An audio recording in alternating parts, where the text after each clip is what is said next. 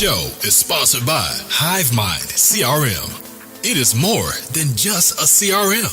It is a real estate and business mastermind that comes with an all-in-one CRM. You can have unlimited websites and users. You can call, text, RVM, and email all in one user interface. And you can set up custom automations for any type and multiple businesses. 65% of companies start using a CRM system within the first 5 years of business. Once implemented, the HiveMind will save you on marketing, give you more time, and make more money.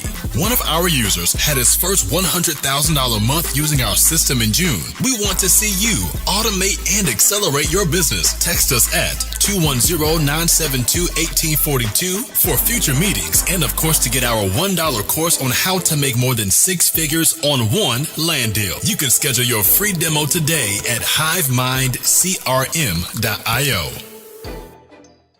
I like the way you said this earlier. We kind of talked about this earlier, but you didn't say it. But what is, you asked everybody in the group, what's the most powerful thing out there? And everybody's like money, time, and all this stuff. And then here comes Anthony, and it's the power of connection. And I was like, man, we need to talk about this again because it was such profound. Because that's the hive mind. The hive mind is harnessing the power of connection. You can't put money, you can't force it with money, you can't force it with time. It's the power of connection. So what was the story, what was the deal that Rose did? Yeah, she said, hey, I have a buyer that wants a certain type of piece of land in a certain area in the San Antonio market, like the outskirts. And I was like, I don't have anybody. And then when I hung up, I was like, I think I should try somebody that plays over there in that area. And I didn't even give it a second thought. I was like, if I can make the connection and something happens amazing, cool. So I text Ryan. I was like, hey, do you have this property? He's like, I don't know. Probably not. Let me text somebody real quick. And he's like, hey, I found it. I was like, oh, really? Yeah, cool. Hey, if we put this deal together, there's $10,000 on the table, like in 3 text messages. I was like, that's cool. That's $10,000 in 3 text messages. So $1 per hour, that's obnoxious. And I didn't expect nothing. Maybe he never called me back. Maybe, I don't know, maybe he never put a deal together. Whatevs.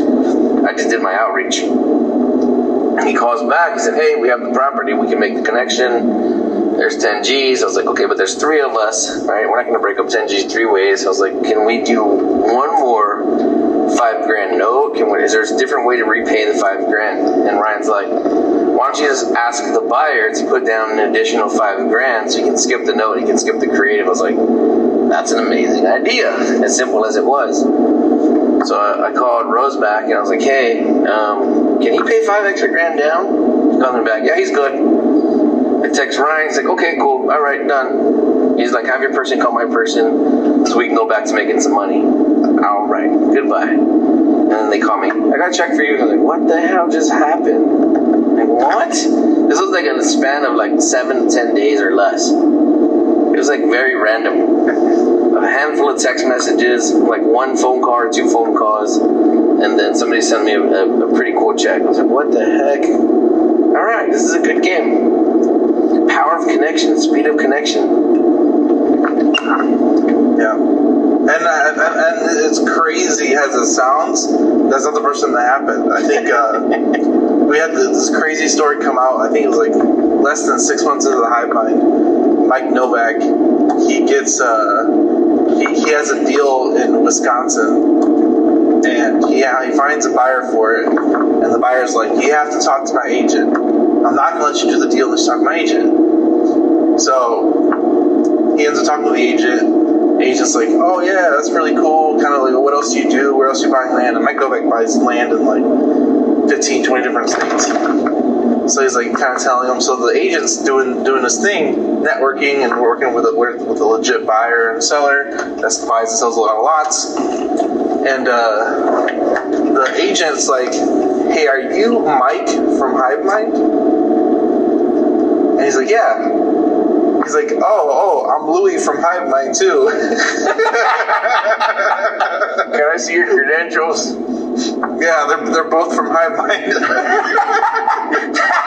They were cross-verifying each other. Give me your ID. You give me your ID. You give me your ID. Like, hey, wait a minute. We work for the same company. That was funny, man. Uh-huh.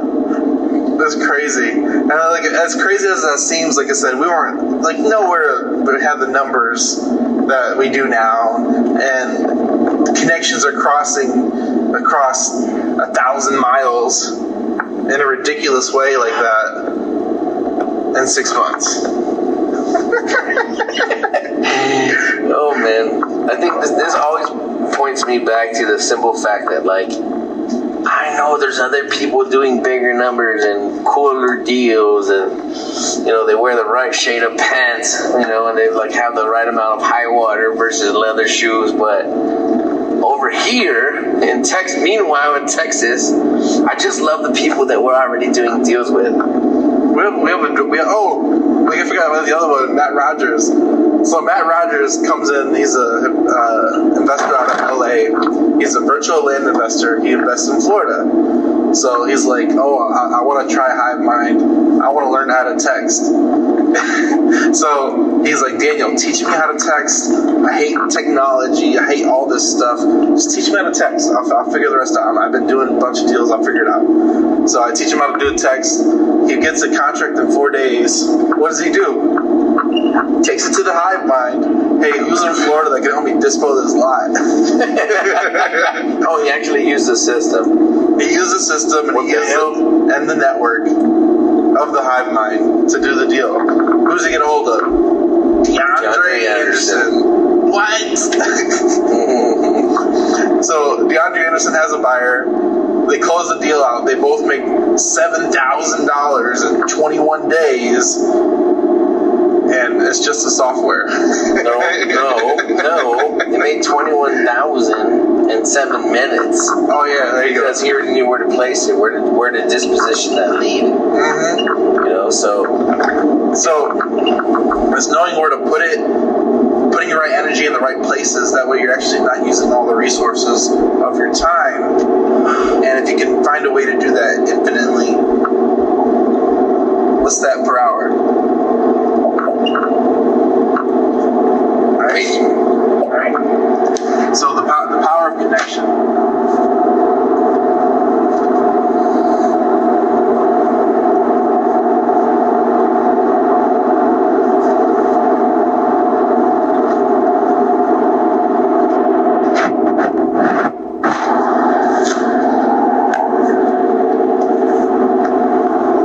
Well, we have a business model that's based on the power of connection, and I wonder if people see that. Like, I don't know if people see that as currency.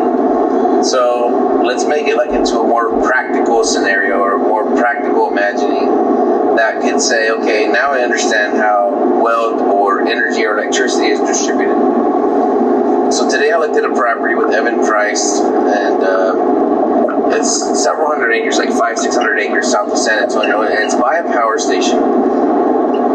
So whenever I see land surrounding a power station, that tells me that that power station is the source of energy, the source of capital. It's an abundant resource engine that exists inside of that environment. So if you can buy the land surrounding that energy resource, that energy resource should be able to power up the land around it at a very efficient cost, because there's no distance to deliver that electricity, right? You don't have to there's not a start and a stopping point between the production and the distribution of the energy.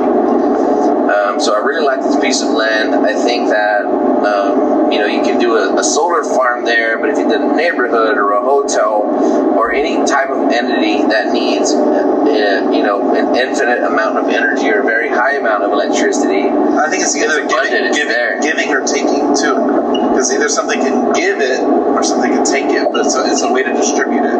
Yes, it's a node. It's a node on the network.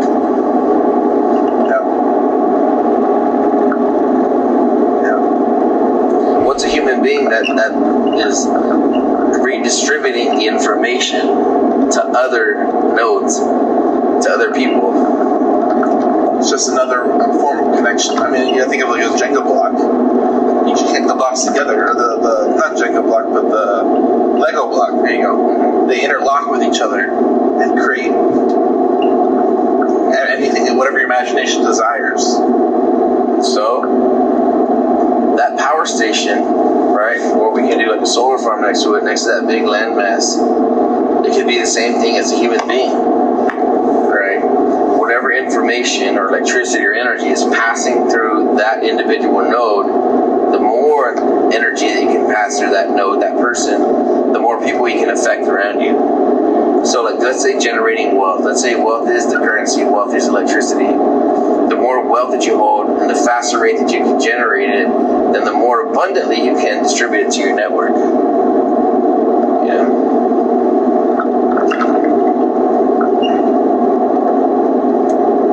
I think it's crazy. I think we'll get, I haven't looked at the math in a while, but I know we'll give close to $100 grand back to our clients this year. $100,000 back to our clients. I think that's the crazy part. It's just like, I think I told you this too. It's like, what does it look like when we give $1 million back to our clients? Like, everybody's like, oh, I paid and I JV'd with this person and gave them $100K. Like, we're equally distributing the money income we bring in back to our clients in some way, shape, or form. You mean like a redistribution of wealth? Oh yeah, like a redistribution of wealth. What? Don't say. I don't know. It's interesting. It's very interesting because people participate in different ways. We have people that participate in the podcast. We have people that participate in the real estate transactions. We have people that participate in underwriting. They participate in their own way that they can, and then hopefully the system will distribute them in a JV deal, distribute them in a affiliate payout. It may distribute them in a dinner covered by a client or covered by us. Maybe they get a flight paid. Maybe they get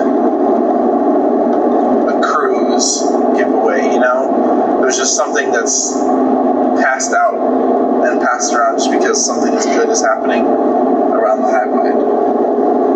Well, that's kind of the value prop. It's like, if you stand close enough to me, if you help me make this thing, then you too will reap the rewards. So what a person with a scarcity mindset first considers is, what is the reward? And what rate shall I receive it? Right? That's one mindset. And then another mindset says, I will continue to contribute to this machine or to this thing because I believe in it infinitely. And I'm just not going to stop. Right? That's a whole different type of mindset and personality. So that now, let's say there's a small group, like 350-ish, that is consistently contributing to the machine. And now the machine is overproducing. Currently overproducing, right? Whatever the revenue source is or whatever the metric is that makes people feel successful or happy or fulfilled. We're overproducing whatever that metric is. And now, let's go ahead and redistribute it to the contributors. And in business, that's called like a dividend. It could be a shareholder, whatever. I don't even know what the correct technical terms are, but whatever is contributing to the growth of the entity should also receive back the growth of the entity. And I think that's what we're creating right now at scale without maybe some of the proper, I don't know, we hired the correct attorney, we got the MLM, we got the, right? So I think we have the correct infrastructure, but like I'm saying, maybe I don't have the right words for it, but if you contribute to the entity is benefiting, it's starting to overproduce resources. We want to redistribute some of those resources back into the community, and now it's happening at scale. It's fun, it looks cool. I'm excited about it. Yeah, but I think the interesting part is that we want to continue to distribute and continue to grow, continue to participate, and continue to pay to participate. So who knows what we'll give up. So the power of connection is infinite. And a lot of people are like, oh, I might just see around. I'm like, you missed it. Aw, dang. What makes you say that? You missed it. What makes you say that? You missed it. It's funny.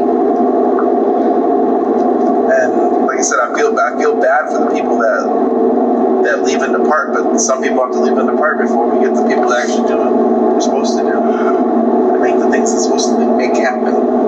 You know, I feel like it's like trimming, right? Yeah. Let's say you have the most beautiful rose bushes inside of your $1 million house, and there's like these badass rose bushes. Like they're the most exquisite roses anywhere in that city, and there's not too many places to find them except other than by your front door, right? But also, like, they grow like weird leaves, they grow in odd directions, and right, they overproduce thorns, and so it's like you kind of have to like trim them to make them like perform at their most amazingness. And now it's the most beautiful they're ever going to be. It's like anatomically correct. It's correct according to green thumb theology. But you manicured it. Those limbs that weren't producing, they were dead and dying. Yeah. And going in the wrong direction. And all that remains is the Leo Aguirre's and the Louis Morales and the Alma Flores and the Evan Price, the Mike Novaks, the Yasirs, the John Alexanders, the DeAndres, the Jeffries, the Baskars. It's a very select few of the flowers, of the beautiful flowers that exist. I'll take it. That make our life look and feel amazing, and make us appreciate that beauty. And it's like, they're still here. We don't remember the part that had to get sheared off, or the part that had to be sacrificed or clipped off. So that's what I love. I love, like, it's not really about the sheer numbers. It's not about the rate of delivery that we're receiving back from somebody. It's like, this is the most beautiful version of what we've cultivated, and the people that are here, like, we love them to death. So, if you're listening to this, participate. Find a way to participate. Find a way to bring your skill, knowledge, information, time. Maybe it's capital. Maybe it's your network. Maybe it's... who knows, man? So many ways to contribute. So many ways. But it's interesting, man. It's interesting. Oh, Kenny, we're paying $1,000 a lot dispo. Kenny, he's like, I have a buyer that's gonna buy every lot we have in this one area. We have 90 lots. I hope he makes 90 grand. We shall see. We shall see. But it's interesting, man. Anybody else say any buyers? Not yet. Not one person has stood up and said that. Not one person. Only Kenny. So that's what happened with the Castroville lot. My team sat on it for 6 weeks, 8 weeks, and I'm like, is it not ready? Like, I thought we had the green light. Maybe I need to, like, head it up. I guess everybody kind of knows what to do. Like, it swam around in my mind for several weeks, and I was like, you know what? You know who needs to sell it? Me. So I set up my marketing on Facebook Marketplace, blasted it out. Boom, boom, boom, boom. Sold half of it in 2 days, less than 2 days, day and a half. And then it's kind of funny, something that made me think about is that not everybody's playing at that level. And it's cool. It's funny and it's cool because I don't also feel like I'm at some like amazing upper echelon level. It's just weird to me that not everybody can move like that. Well, I really want to bring this up too, because I think we watched the TikTok video and I showed you it too. Is that not everybody can be at your standard at your skill, and they're not supposed to. And they're not supposed to, and that's okay. And you can't really hold them to the standard of you. So if you're like a solopreneur making your first hire, and your first hire isn't as good as you, that's perfectly fine and reasonable. Okay, I remember the exact numbers. Yeah. It says that you only need to hire somebody that's at 70% as good as you. And then if that's a true 70%er, then you only have to provide 30% of the effort. And then if you hire another 70%er, now there's 140% of you, and that allows you to remove yourself from the equation entirely. And you're still overproducing. And that's the freedom. That's the freedom. And it was a female entrepreneur that said that, and I thought that was such a great nugget, because not everybody should outperform as much as you. Like, no one has the same drive as I do, as what I do. If I put you in my position and force you to try and produce, you wouldn't fucking do shit. But if I went in your position and tried to force to produce, I wouldn't do as good as you either. So it's finding your superpower and finding where your best fit is and producing in that way. And then once you're at that point to scale and scale out, find two people that are 70% of you. That way you're overproducing and you can second step away.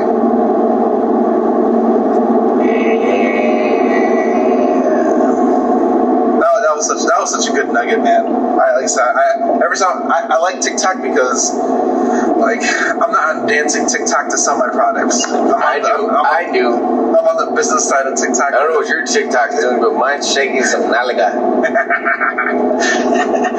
But like I said, it's crazy. As crazy as it seems, but I don't know if you heard, but TikTok just got confirmed to be a search engine. Hey. All I know is that I'm not going to be shaking my ass to sell no CRM. Oh, man. What?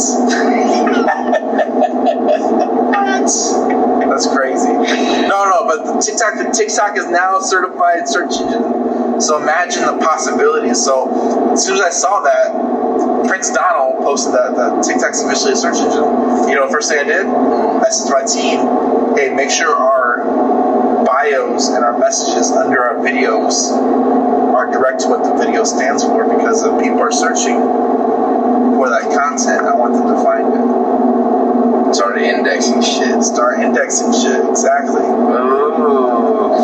So, and the indexing, by indexing it, if everybody's curious how much HiveMind has been indexing, search hashtag Hive with us on a select platform and see what it says. Can I tell them?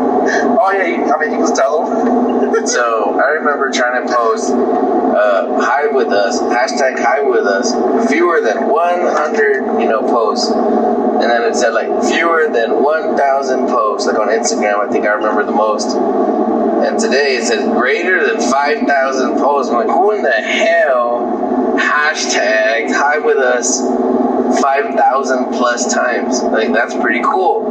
How does that happen? Like, it happened quick. It was kind of like, wait a minute, that's not right. But who did it? I did it. 5,000 times. You produce enough content. You create your own little hashtags. So now, if somebody searched Hive with us, hashtag Hive with us, now there's a trail. We left a trail for 2 years.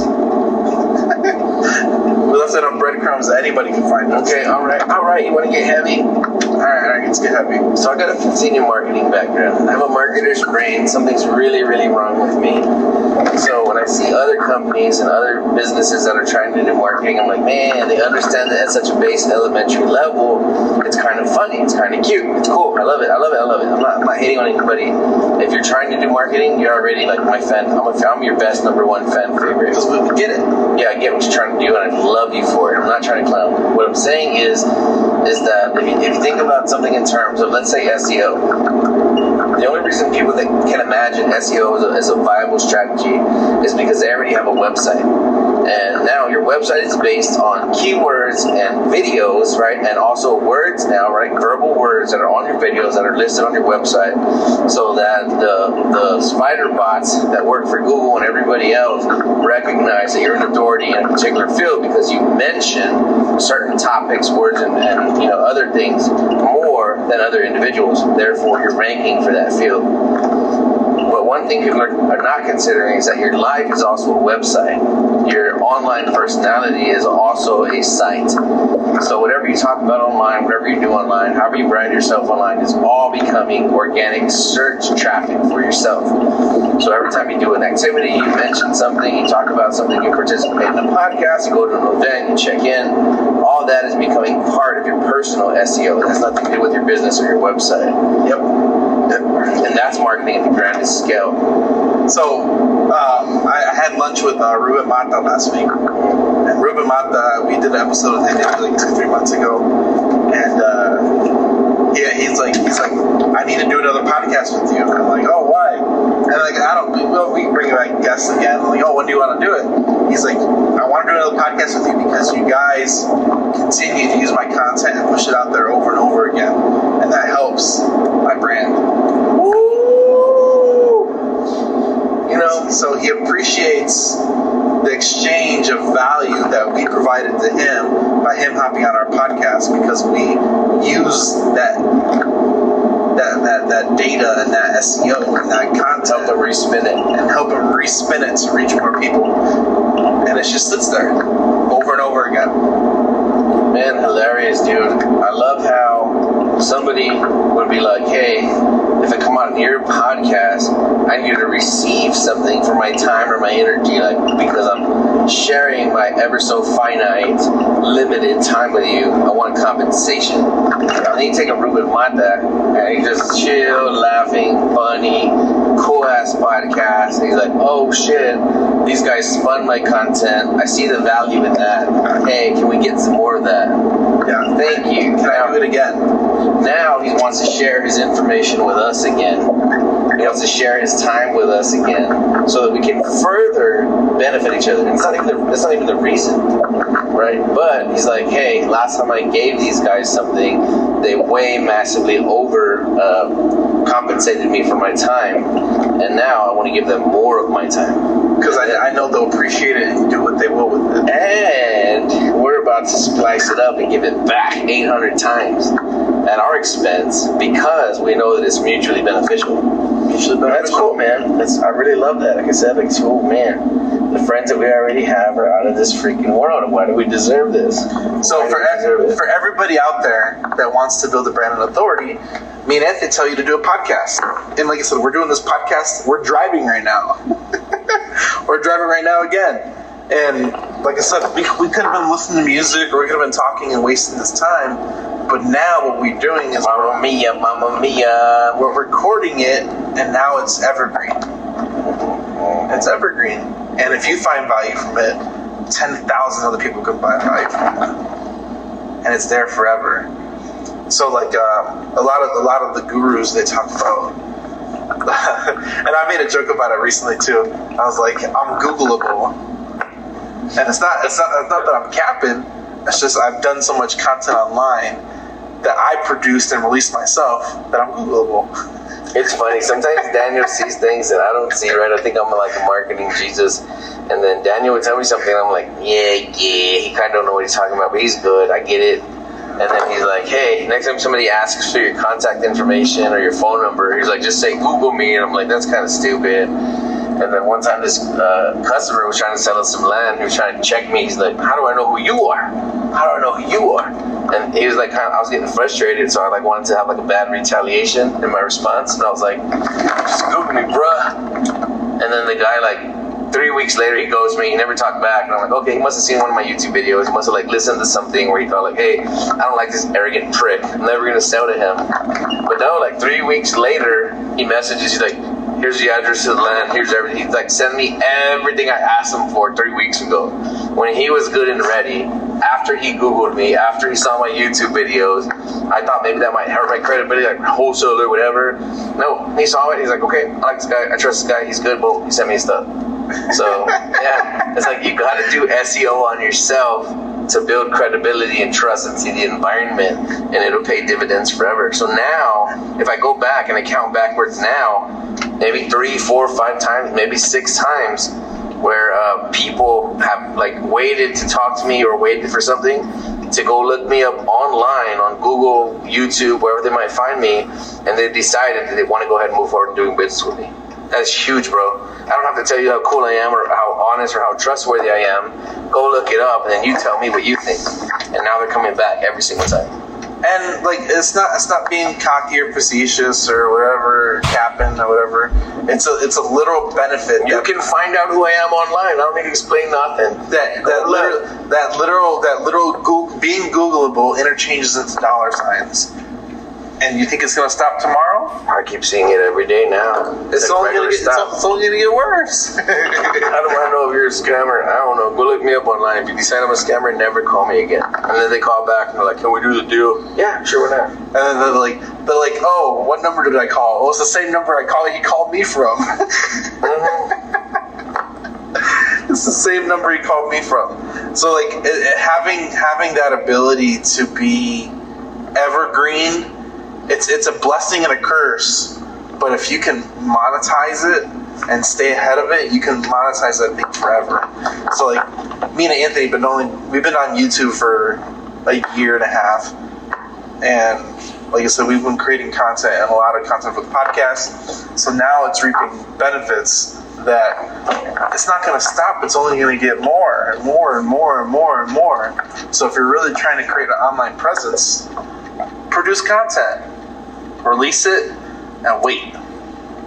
Time's on your side. Plant the seeds and let it grow. Plant the seeds and let it go.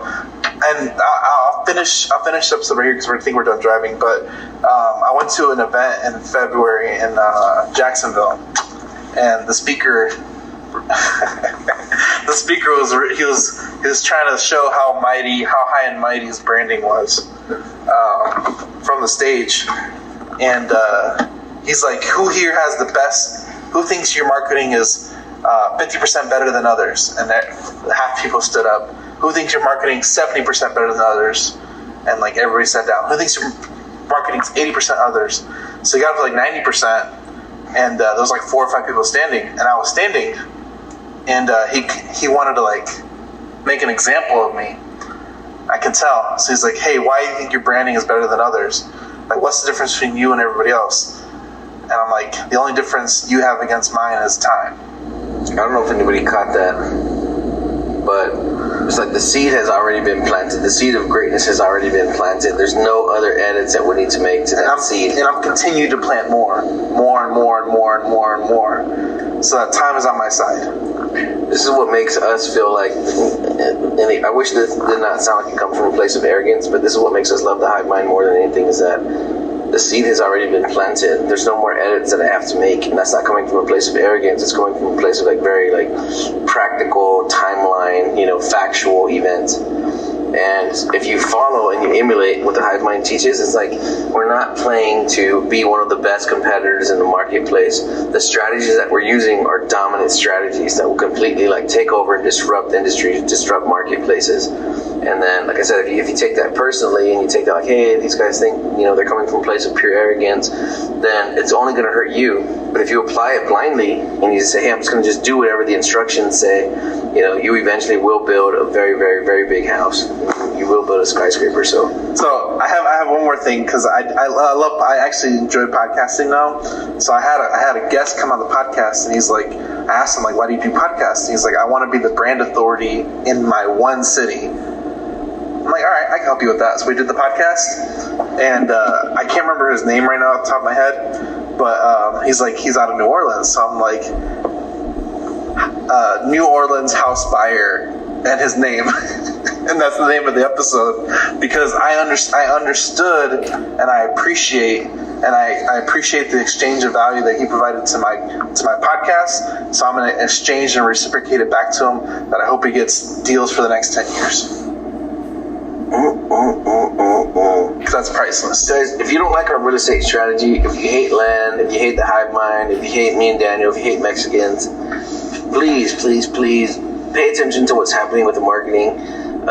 We follow a couple of entrepreneurs that are like now in like the billions and the multi-billion-dollar strategies, and they give tips. And I feel like there's nothing.